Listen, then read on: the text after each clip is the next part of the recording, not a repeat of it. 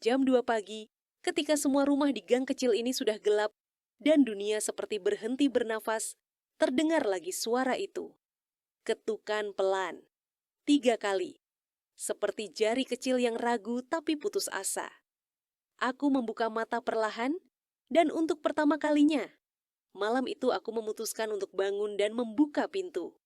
Sebelum aku membuka seluruh kisahnya, silakan tekan like dan subscribe agar aku bisa terus membawakan cerita seperti ini untuk kalian.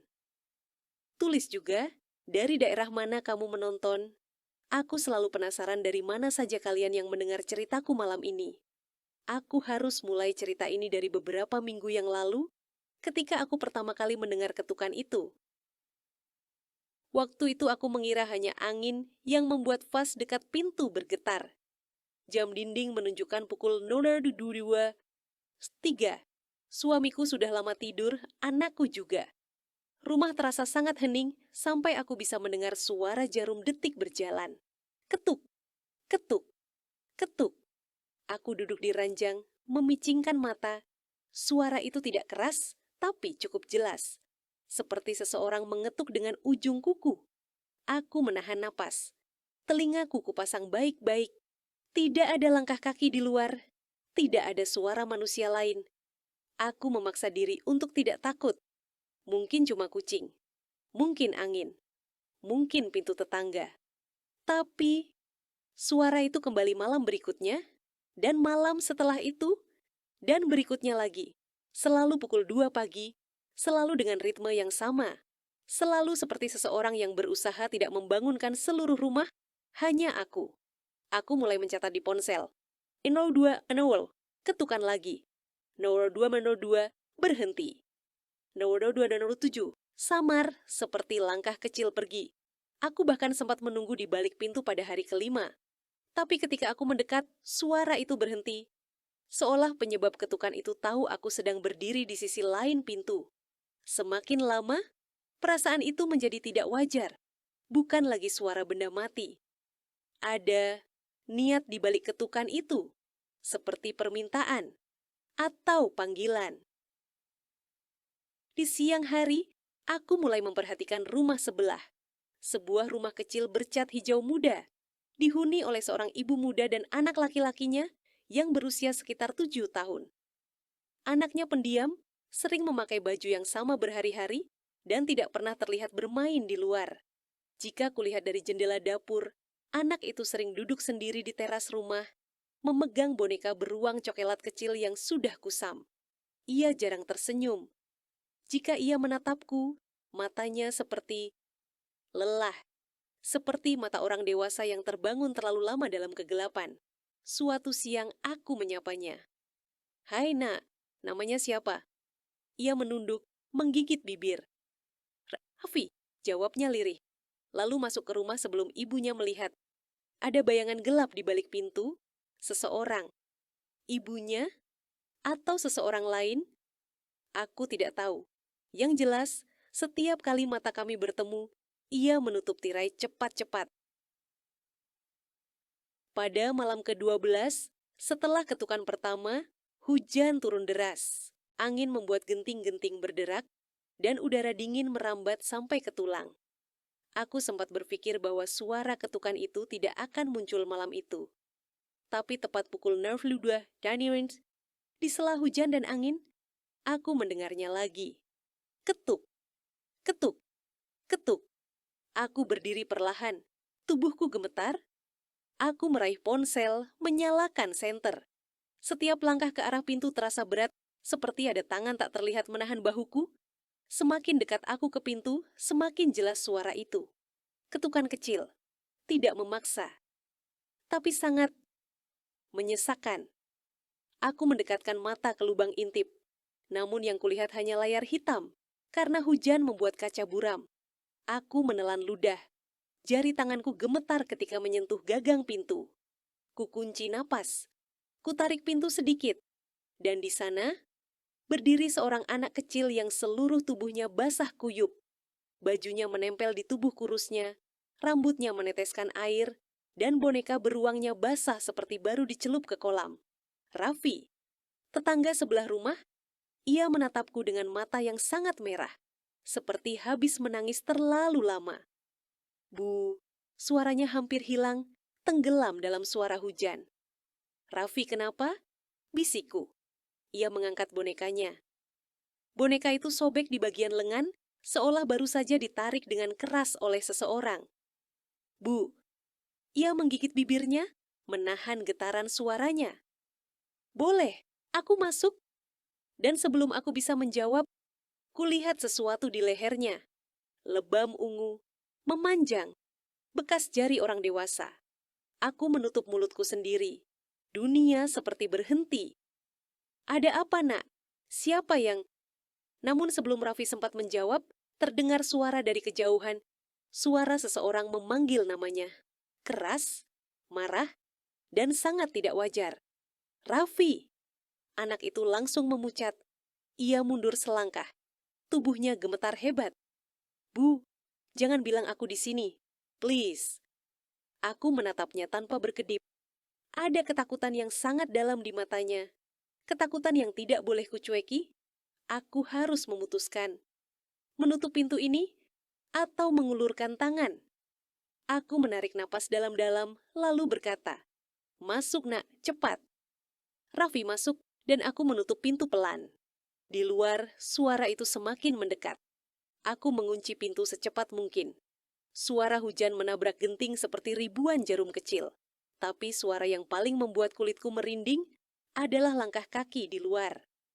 Berat, tergesa, marah. Raffi berdiri di ruang tamu dengan tubuh gemetar.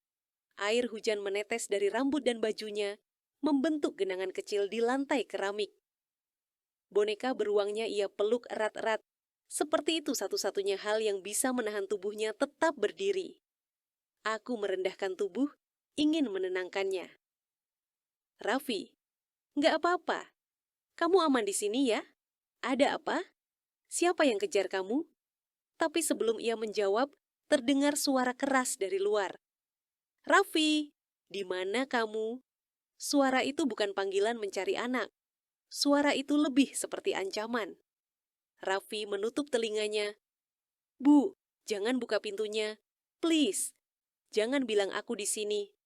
Aku mengangguk cepat. Iya, sayang. Kamu duduk dulu di sini. Aku mengintip lewat lubang pintu. Di balik hujan deras, siluet seorang perempuan berdiri di depan rumah Raffi. Rambutnya berantakan, bajunya basah, dan ia memegang sesuatu. Entah payung patah atau benda lain yang sulit kulihat jelas di tengah kegelapan. Itu ibunya, tapi ada sesuatu yang janggal. Dia tidak terlihat seperti ibu yang kehilangan anak. Ia seperti seseorang yang sedang mencari musuh. Ketika ia menoleh ke arah rumahku, jantungku seakan berhenti. Wajahnya pucat, matanya kosong, bibirnya bergerak tanpa suara, seperti menggumamkan sesuatu. Aku mundur dari pintu dengan napas memburu. Ayo sini, sayang. Aku mengajak Raffi duduk di sofa sambil mengambilkan handuk. Kamu dingin ya? Biar ibu ambilkan minum hangat. Raffi menggeleng. Aku nggak haus. Baik, tapi kamu harus bilang, ada apa? Kenapa kamu ketuk pintu ibu jam segini? Raffi menunduk lama sekali. Jariku memberinya waktu. Di rumah gelap, Bu. Ia bicara pelan, seperti takut ada yang mendengar. Ibu marah terus. Ibu teriak. Ibu lempar apapun yang ada. Aku tertegun. Dia marah sama kamu? Kadang, tapi kadang bukan sama aku. Kadang sama bayinya. Aku membeku. Bayinya? Raffi punya adik. Raffi menggoyangkan kepalanya pelan, bukan mengiyakan atau menyangkal. Habis maghrib tadi, ibu bilang bayinya nangis di kamar belakang. Tapi, aku lihat sendiri, kamarnya kosong. Bayinya udah nggak ada lama. Aku merinding. Dengan sangat hati-hati, aku bertanya, maksud kamu? Raffi memeluk bonekanya lebih erat. Bayinya meninggal 3 bulan lalu. Aku menutup mulutku. Rasa dingin merambat dari tengkuk, turun sampai tulang belakang. Aku pernah mendengar kabar samar-samar tentang itu dari salah satu tetangga. Namun tidak ada yang tahu pasti penyebabnya. Tidak ada yang berani bertanya. Raffi melanjutkan dengan suara bergetar. Sejak itu, ibu ngomongnya kacau. Kadang marah, kadang nangis, kadang nggak tahu aku di rumah. Kalau jam 2 pagi, dia suruh aku bangunin bayinya, air matanya jatuh. Padahal, bayinya udah nggak ada. Aku tidak tahu harus berkata apa. Hatiku hancur mendengarnya. Hanya suara hujan yang menemani kami beberapa detik. Tiba-tiba terdengar sesuatu dari luar. Suara benda jatuh. Disusul suara langkah cepat mendekati pintu. Raffi meringkuk ketakutan. Aku memegang tangannya. Tenang nak, kita aman di dalam. Ketika aku melihat lewat peephole, ibunya berdiri tepat di depan pintu rumahku. Matanya merah, wajahnya kaku, dan ia memegang boneka bayi. Boneka yang baru kusadari bentuknya mirip sekali dengan bayi sungguhan. Ia mengangkat boneka itu sambil menatap pintuku. Raffi, katanya setengah berbisik, pulang. Hancur rasanya melihat seorang ibu seperti itu. Datang bukan sebagai ancaman, tapi sebagai seseorang yang sudah lama kalah dalam perang melawan pikirannya sendiri. Aku tidak membuka pintu, tapi hatiku patah melihatnya. Saat itu juga, Raffi memelukku erat dari belakang. Bu, jangan buka pintunya. Aku takut. Aku mengusap punggungnya. Iya sayang, kita nggak akan buka. Kita aman. Di luar, ibunya masih berdiri. Basah, kedinginan, linglung. Anakku, pulang, bisiknya lagi. Aku hampir membuka pintu. Hampir, tapi kata-kata Raffi menghentikanku. Kukunci pintu lebih rapat. Setelah beberapa menit yang terasa seperti 1 jam, ibunya akhirnya berjalan pulang sambil menyeret kakinya. Aku dan Raffi kembali duduk di sofa. Ia menatapku dengan mata merah. Bu, suaranya seperti helaan napas terakhir. Aku boleh tidur di sini malam ini? Aku mengangguk. Tentu sayang, tentu boleh. Raffi menyandarkan kepalanya di bahuku, seolah seluruh beban dunia berada di tubuh kecil itu. Di luar, dari arah rumah sebelah, terdengar suara teriakan pelan. Kemudian tangis perempuan. Aku menatap pintu rumahku. Aku merasa ini baru permulaan. Raffi tertidur di sofa. Tubuh kecilnya melengkung seperti anak kucing yang kedinginan. Aku selimuti dia perlahan, memastikan setiap detik ia merasa aman. Meski wajahnya tenang saat tidur, aku bisa melihat bekas air mata yang mengering di pipinya. Di lehernya, lebam ungu itu tampak semakin jelas dalam cahaya lampu ruang tamu. Aku duduk tak jauh darinya, tidak sanggup tidur sedikit pun. Pikiranku penuh pertanyaan yang saling tumpang tindih. Apa yang sebenarnya terjadi di rumah itu? Kenapa ibunya seperti kehilangan kendali? Dan apakah benar Raffi sudah hidup di rumah yang dipenuhi teriakan dan bayangan masa lalu selama berbulan-bulan? Hujan akhirnya mereda menjelang pukul 3 pagi. Tapi suara dari rumah sebelah masih terdengar. Terkadang samar, seperti seseorang sedang bicara sendirian. Kadang seperti tangis perempuan dewasa yang menahan sakit. Aku memeluk diriku sendiri, merasa antara takut dan iba. Pagi harinya, Raffi bangun dengan mata bengkak. Ia langsung mencari bonekanya yang sudah kering semalaman. Bu, aku harus pulang? Tanyanya pelan. Aku menggeleng. Belum, kamu sarapan dulu ya. Ia tidak menjawab, hanya mengangguk pelan. Saat ia duduk di meja makan, aku memerhatikan tangannya yang kecil. Ada goresan-goresan panjang, seperti cakaran atau gesekan benda keras. Aku duduk di depannya. Raffi, kamu bisa cerita lebih pelan-pelan sama ibu. Ibu nggak akan marah. Ibu cuma mau tahu apa yang sebenarnya terjadi.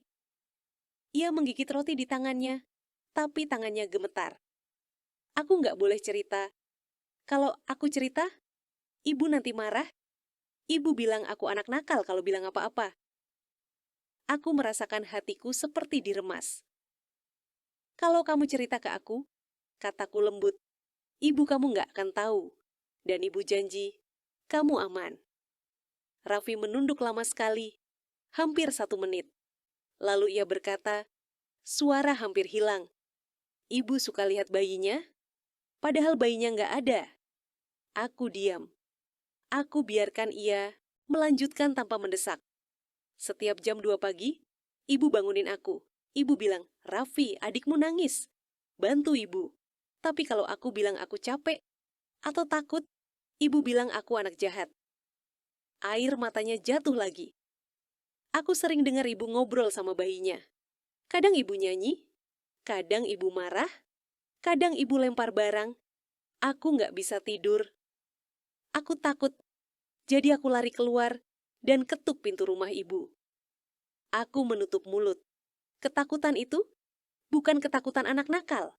Itu ketakutan seseorang yang tinggal di rumah dengan jiwa yang sakit. Ayahmu? Tanyaku hati-hati. Raffi terdiam, hening panjang. Lalu ia menggeleng. Dia pergi. Waktu adik meninggal, dia bilang ibu bikin semuanya kacau. Sejak itu, ibu tinggal berdua sama aku. Tapi ibu jadi beda, Bu. Ibu jadi gampang marah, gampang teriak. Aku merasa dadaku sesak. Kalau ibu lagi lempar barang, aku sembunyi. Kalau jam 2 pagi, aku lari keluar. Kalau ibu nyari aku pura-pura tidur di teras.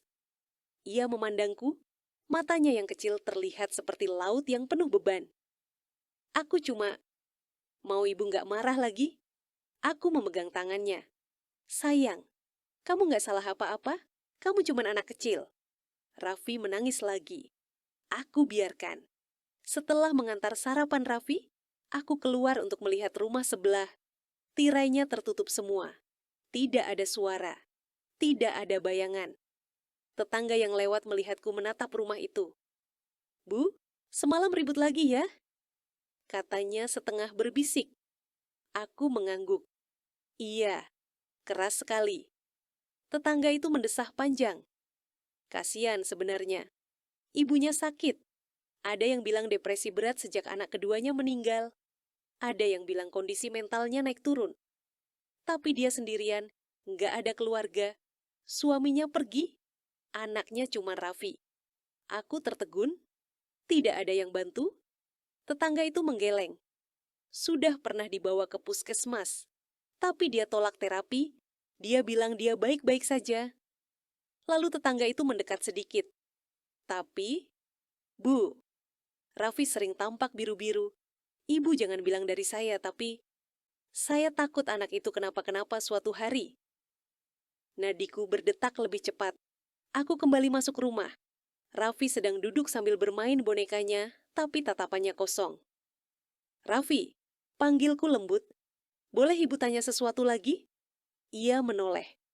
Kemarin, saat kamu ketuk pintu jam 2 pagi, kamu mau minta tolong ya? Kali ini ia tidak menjawab, hanya meneteskan air mata. Kemudian ia mengambil sesuatu dari kantong celana pendeknya, selembar kertas kecil yang kusut, seperti disobek dari buku tulis. Ia menyerahkannya padaku. Di kertas itu ada tulisan goyah dengan pensil tumpul.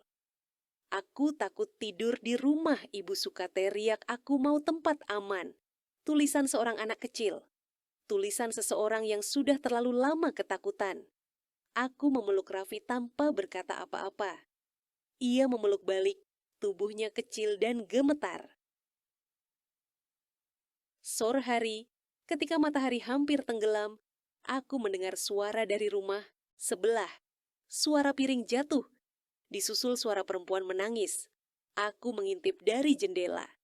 Ibunya Raffi duduk di lantai ruang tamu, memeluk boneka bayi kecil, mengayun-ayun boneka itu sambil menangis keras. Aku minta maaf. Aku minta maaf. Ibu sayang kamu.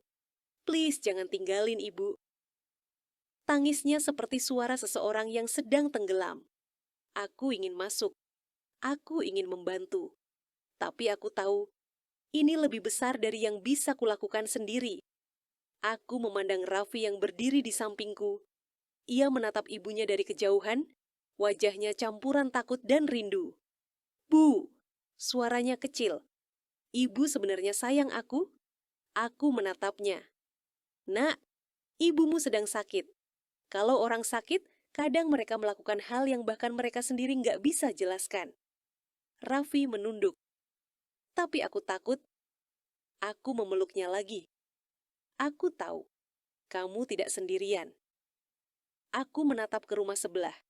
Aku tahu malam ini sesuatu akan terjadi. Dan aku harus siap. Raffi berdiri di sampingku, menatap rumah sebelah tanpa suara. Sore itu langit redup. Warna jingganya pucat seperti tersapu abu. Dari dalam rumah tetangga, suara tangisan ibunya kembali terdengar, naik turun seperti seseorang yang kehilangan pegangan. Tidak ada orang lain di luar. Tidak ada yang peduli. Tidak ada yang tahu apa yang sebenarnya terjadi di dalam rumah itu selain kami. Aku menutup tirai perlahan. Raffi menatapku dengan mata yang masih penuh bayangan gelap. Bu, kalau ibu nanti marah lagi, aku harus kemana? Ketika ia mengucapkan itu dengan suara hampir tak terdengar, rasanya seperti seseorang sedang menghimpit dadaku dari dalam. Aku duduk di sampingnya. Raffi memegang boneka beruangnya yang sudah kering, tetapi bentuknya tetap seperti diseret berulang-ulang.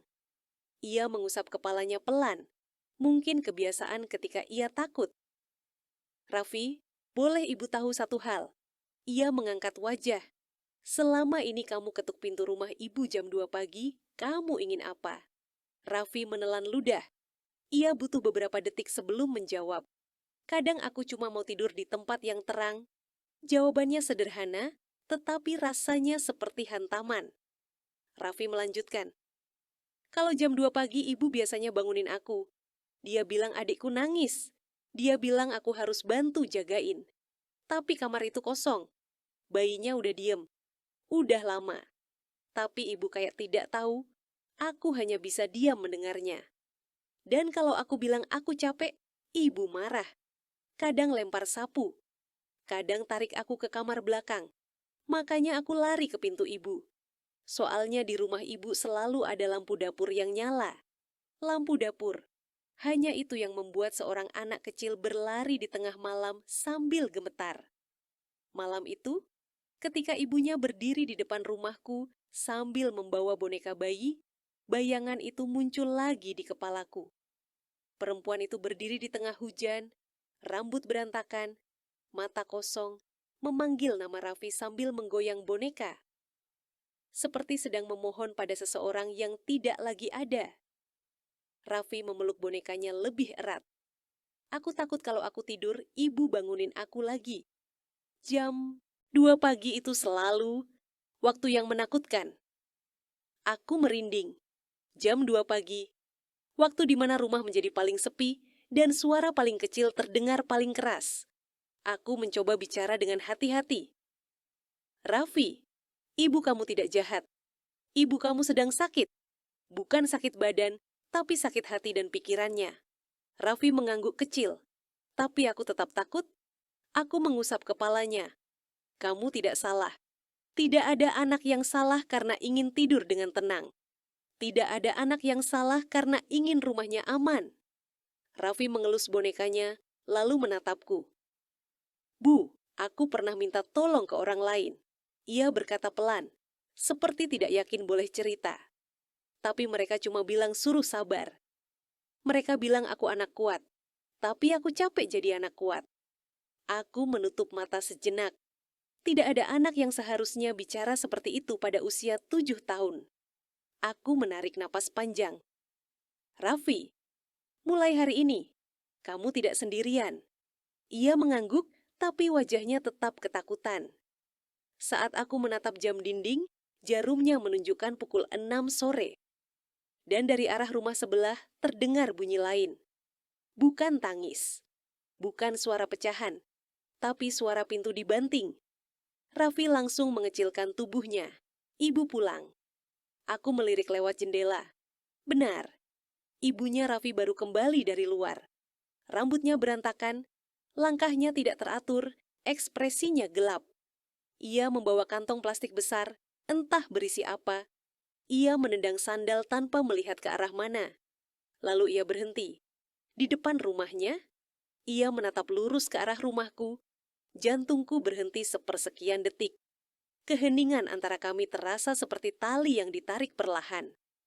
Raffi mengambil lenganku. "Bu, jangan buka pintu kalau ibu teriak nanti." Suaranya bergetar. Aku memeluk pundaknya. "Iya, sayang." Ibu janji. Ibunya Raffi kemudian masuk ke rumah. Tapi sebelum pintu tertutup sepenuhnya, aku mendengar suara yang membuat bulu kuduku berdiri. Itu bukan tangis, bukan marah, bukan bicara. Suara itu seperti seseorang yang berbicara pada bayi, padahal bayinya sudah tidak ada. Raffi menutup telinganya, dan dalam hati, aku tahu, malam ini, jam 2 pagi akan kembali datang. Dan ketika ketukan itu terdengar lagi, satu-satunya cara untuk menyelamatkan anak ini adalah menghadapi hal yang selama ini bersembunyi di rumah sebelah. Malam turun perlahan, seperti selimut gelap yang menutup seluruh gang kecil tempat kami tinggal. Angin malam membawa aroma tanah basah dan lampu jalan yang redup berkelip beberapa kali sebelum akhirnya stabil kembali. Di rumahku, semua lampu dinyalakan. Aku sengaja membuat rumah terang agar Raffi merasa aman. Raffi duduk di sampingku di sofa, memeluk bantal kecil. Setiap kali ada suara dari luar, tubuhnya langsung kaku. Ia tampak sangat lelah, tapi tidak berani tidur. Aku mencoba bersikap tenang. "Raffi, kamu mau minum susu hangat?" Ia mengangguk. Saat aku berjalan ke dapur, aku bisa melihat bayangannya memantul di lantai. Ia tidak mau jauh dariku, meski hanya beberapa langkah. Ia mengikuti perlahan, seperti takut aku akan menghilang. Aku menuang susu ke gelas kecil. Raffi berdiri di depan pintu dapur, memeluk bonekanya. "Bu, malam ini ibu bakal marah lagi." Suaranya pelan sekali, tapi penuh ketakutan yang menempel seperti dingin. Aku mendekat dan berlutut. "Kamu tidur di sini saja." "Di rumah ibu." Tapi ia menggeleng. "Kalau jam 2 pagi, ibu bisa cari aku. Dia bakal keliling rumah. Dia bisa lihat aku nggak ada. Dia bisa teriak." Aku menahan napas. "Raffi, kalau dia mencari kamu, ibu akan bilang kamu sama aku. Dan aku akan jaga kamu." Tapi anak itu menggeleng lagi.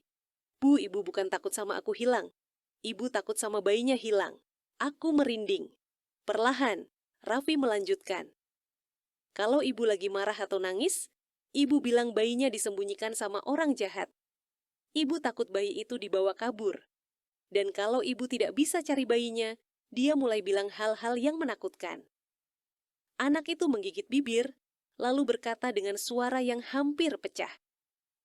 Kadang ibu bilang dia lihat bayinya di ujung kamar, kadang dia bilang bayinya ada di dapur, kadang dia bilang bayinya duduk di ranjang. Tapi kalau aku lihat, kamarnya kosong. Selalu kosong. Aku memejamkan mata sejenak. Setiap kalimat itu seperti menyingkap selapis lagi dari luka yang belum sembuh di rumah itu. Aku mendudukkan Raffi di kursi dapur. "Raffi, ibu kamu sedang sakit. Dia tidak bisa membedakan mana yang nyata, mana yang tidak." Anak itu menunduk. Aku kangen ibu yang dulu. Aku menggenggam tangannya. Aku tahu. Dan rasa rindu itu berat sekali untuk anak seusiamu. Sebelum aku bisa melanjutkan, sesuatu terdengar dari luar. Suara pintu rumah sebelah dibuka keras. Kemudian langkah kaki terburu-buru di teras. Raffi langsung menggigil. "Bu, dia mulai lagi." Aku membawanya ke ruang tamu. Lampu rumahku terang sekali, tetapi entah kenapa rasanya gelap masuk lewat jendela. Aku mengintip dari sela tirai. Ibunya Raffi berjalan mondar-mandir di teras, rambutnya kusut, matanya bengkak, tangannya memegang sesuatu yang kecil dan bergoyang. Benda itu tidak terlalu jelas dalam gelap, tetapi aku kenal bentuknya. Boneka bayinya. Ia mengayun boneka itu sambil berbicara seperti menenangkan seorang bayi sungguhan. Gerakannya lembut, tetapi wajahnya tidak menunjukkan ketenangan sama sekali. Yang ada hanya kecemasan. Raffi memelukku dari belakang. "Bu, aku takut." Suaranya parau. Aku memeluk pundaknya. "Tidak apa, sayang. Kamu aman di sini. suara perempuan itu tiba-tiba berubah. Ia berhenti di depan pintu rumahnya dan berteriak ke dalam rumah seperti berbicara pada seseorang yang tidak terlihat. "Kenapa kamu diam saja? Kenapa kamu tidak nangis? Kamu kan selalu nangis jam segini." Aku merinding. Jam berapa sekarang? Ketika aku melihat jam dinding, jarumnya menunjuk pukul 2:17. Ibu itu sudah mulai bicara pada bayinya 4 jam lebih awal dari biasanya. Raffi menggigil. Kalau ibuku mulai begini jam segini, dia bakal marah sekali nanti jam 2 pagi. Aku mengangguk pelan. Pikiran itu menyentakku. Jam 2 pagi adalah waktu paling berbahaya untuk anak itu. Aku tahu aku harus melakukan sesuatu malam ini. Aku tidak bisa hanya duduk dan menunggu ketukan pintu lagi.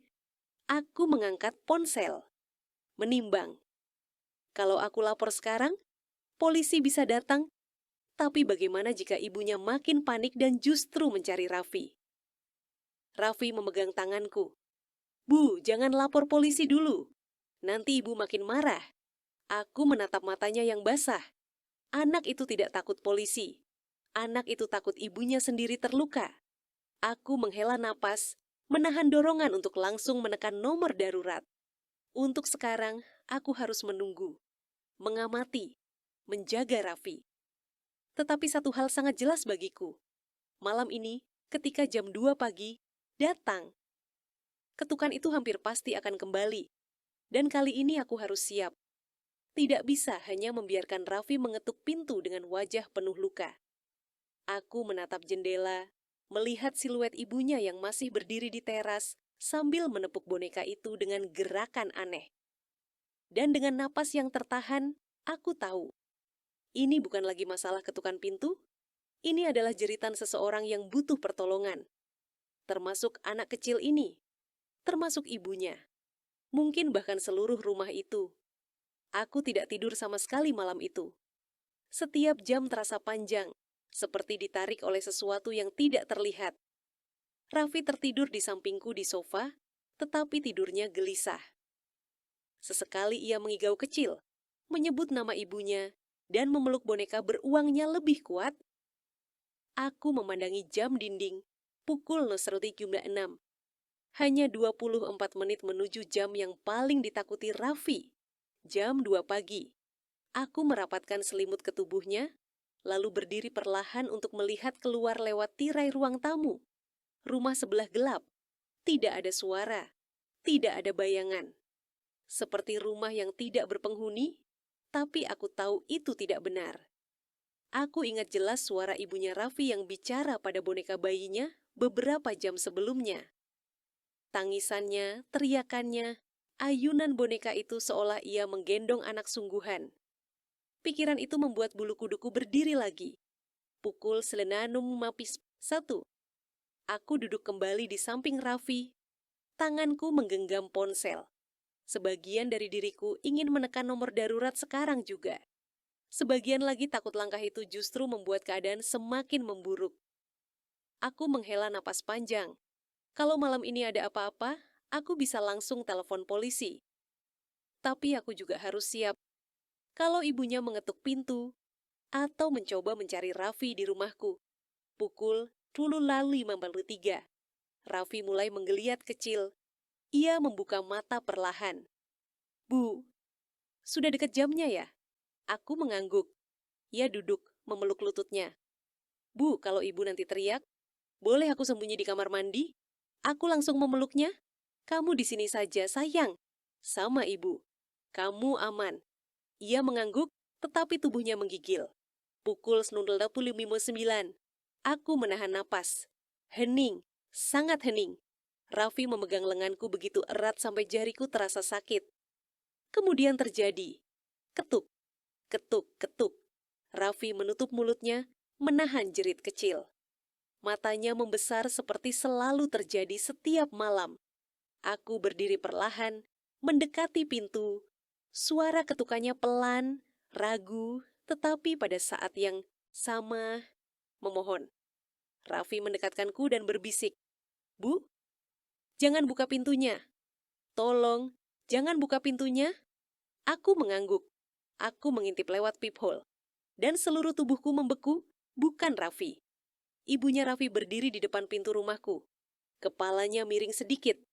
Wajahnya basah, aku tidak tahu itu hujan atau air mata. Tangannya memegang boneka bayinya. Boneka itu basah kuyup, setengah terseret di tanah. Ia mengetuk pintuku lagi. Ketuk, ketuk, ketuk. Tapi itu bukan yang membuatku merinding. Yang membuatku merinding adalah kata-kata yang ia gumamkan pelan, seperti bicara pada seseorang di balik pintu. Anakku, kamu di dalam ya? Ibu sudah cari dari tadi. Ayo pulang. Raffi terisak pelan di belakangku. Bu, jangan jawab dia. Aku menahan napas ketika ibunya Raffi mendekatkan wajah ke pintu. Ia berbisik dengan suara gemetar. Kamu bikin ibu takut. Jangan tinggalin ibu. Jangan jadi seperti adikmu. Kalimat itu membuatku terpaku. Setelah itu ia mulai menangis. Tangis yang dalam, berat. Seperti seseorang yang sudah lama memendam sesuatu. Lalu terjadi sesuatu yang membuatku langsung memutar tubuhku dan menutupi tubuh Raffi. Ibunya Raffi berteriak. Tolong, ada yang ambil anak saya. Tolong, ada yang bawa kabur anak saya. Suara teriakannya menggema di sepanjang gang. Pintu-pintu rumah tetangga mulai terbuka sedikit. Lampu-lampu menyala satu persatu. Orang-orang mengintip dari tirai. Aku mendengar seseorang berbisik dari rumah seberang. Dia kumat lagi. Kasihan anaknya. Teriakan itu semakin keras. Ibunya Raffi memukul pintuku, menarik gagang pintu, menggedornya, membanting tubuhnya ke permukaan kayu. Raffi mulai menangis ketakutan, memelukku erat. Aku tak punya pilihan. Aku meraih ponsel, menekan nomor darurat. Operator mengangkat. Halo, darurat, ada yang bisa kami bantu? Suara ibunya Raffi memukul pintu semakin keras. Saya butuh bantuan. Cepat. Tolong. Tetangga saya, ibunya anak kecil, dia membahayakan dirinya sendiri dan anaknya. Operator langsung menjawab cepat. Alamatnya, Bu? Aku membacakannya sambil berusaha tenang. Setelah memastikan polisi dalam perjalanan, aku menutup telepon. Di luar, ibunya Raffi terduduk di lantai depan rumahku, menangis sambil memeluk bonekanya, seolah itu anak sungguhan. Raffi memelukku. Bu, aku takut. Tolong jangan buka pintu. Aku mengusap punggungnya. Tidak apa. Polisi akan datang. Kamu aman. Aku mengintip lagi. Ibunya Raffi sekarang berdiri sambil memegang boneka itu tinggi-tinggi, seperti sedang menunjukkan bukti. Dia disembunyiin mereka. Anakku disembunyiin. Tolong. Suaranya pecah, putus. Kemudian, ia pingsan. Tubuhnya jatuh ke lantai dengan keras. Raffi menjerit kecil. Ibu. Aku langsung meraih Raffi dan memeluknya erat. Aku harus melakukan sesuatu. Aku tidak bisa hanya membiarkan mereka saling menghancurkan. Aku tahu ini bukan lagi tentang rumah tangga yang retak. Ini tentang seorang ibu yang tenggelam dalam kesedihan. Dan seorang anak kecil yang sudah terlalu lama hidup dalam ketakutan. Dan, tepat ketika aku hendak membuka pintu untuk memeriksa kondisi ibunya, suara sirene terdengar dari ujung gang. Mobil polisi berhenti tepat di depan rumahku. 2 petugas turun tergesa-gesa. Lampu merah biru dari mobil mereka memantul di dinding rumah seperti kilatan petir yang tidak henti-henti. Di dalam rumah Raffi memegang tanganku erat-erat. Tubuhnya kecil, hangat, dan menggigil sangat keras. Bu, jangan biarkan mereka bawa ibu. Suaranya pecah. Aku berlutut di hadapannya. Sayang. Polisi datang bukan untuk marah sama ibumu. Mereka datang untuk bantu. Untuk jaga kamu. Untuk jaga dia juga. Ia menggeleng pelan, air matanya jatuh tanpa suara. Ibu nanti sendiri. Ibu nanti takut. Aku memeluknya erat, mencoba meminjamkan ketenangan yang bahkan aku sendiri tidak punya. Ibu kamu butuh pertolongan. Sayang. Bukan kemarahan. Polisi hanya memastikan kalian aman. Aku berdiri, menarik napas panjang, dan membuka pintu rumah. Udara malam yang dingin langsung menyergap wajahku. Bau tanah basah dan sisa hujan bercampur dengan lampu-lampu kendaraan yang masih menyala. Tetangga-tetangga mulai membuka pintu sedikit, mengintip dalam diam, menyaksikan sesuatu yang seharusnya tidak terjadi di depan mata anak sekecil Raffi. Ibunya Raffi terbaring di tanah, pingsan, masih memeluk boneka bayinya.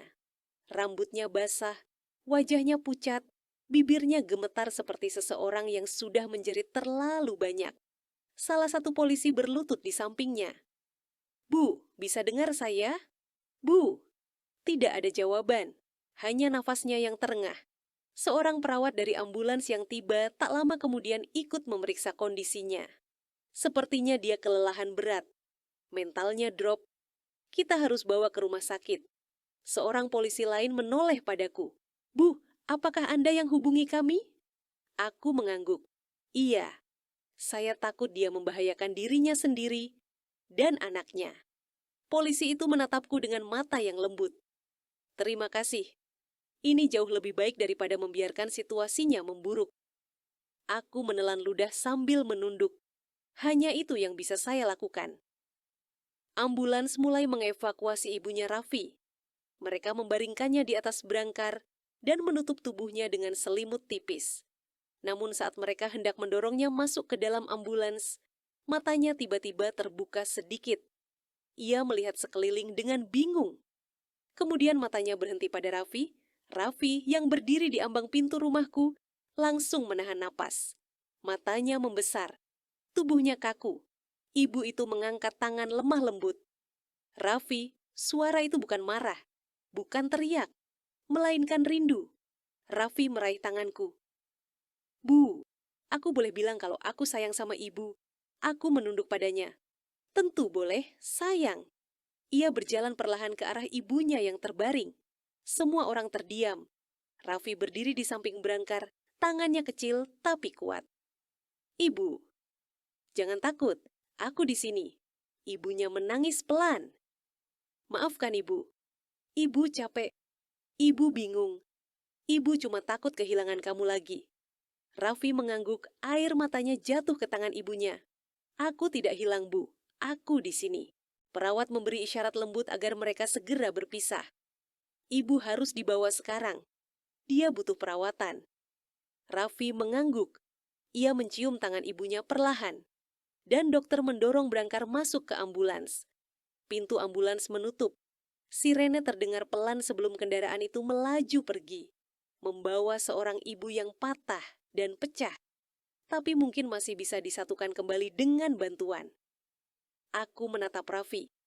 Di wajahnya ada sesuatu yang berubah. Ketakutan masih ada, tapi malam itu, di tengah gang kecil yang basah, ia terlihat sedikit lebih berani. Polisi mendekat. "Apakah Raffi tinggal bersama Anda malam ini?" Aku menatap anak itu. Ia memandangku, lalu menatap rumah gelapnya. Ia memegang boneka beruangnya. "Bolehkah aku tinggal di sini dulu, Bu?" Aku tersenyum lembut. "Tentu boleh. Kamu boleh tinggal selama kamu butuh." Polisi itu mengangguk. "Untuk sementara, biarkan dia tinggal dengan Anda. Ibu kandungnya sedang dalam pemulihan. Kami akan koordinasikan bantuan sosial agar prosesnya aman." Tetangga-tetangga mulai keluar. Beberapa menghampiri Raffi, memberikan kepala kecil itu usapan lembut. "Kasian ya, Nak. Sabar ya. Ibumu kuat, Nak.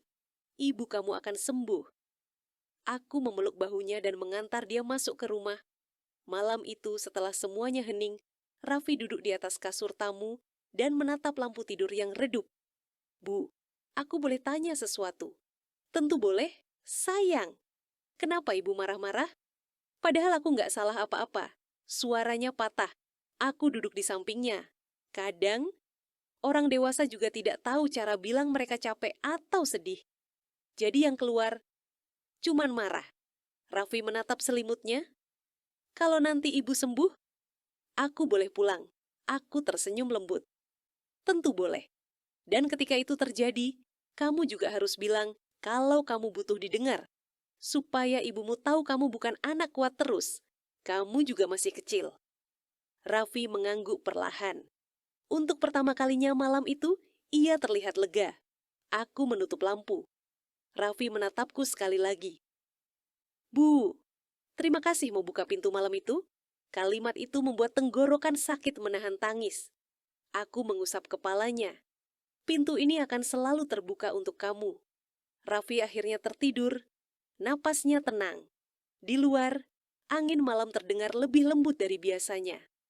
Mungkin karena untuk pertama kalinya dalam waktu lama, anak kecil di rumah sebelah akhirnya bisa tidur tanpa ketukan jam 2 pagi.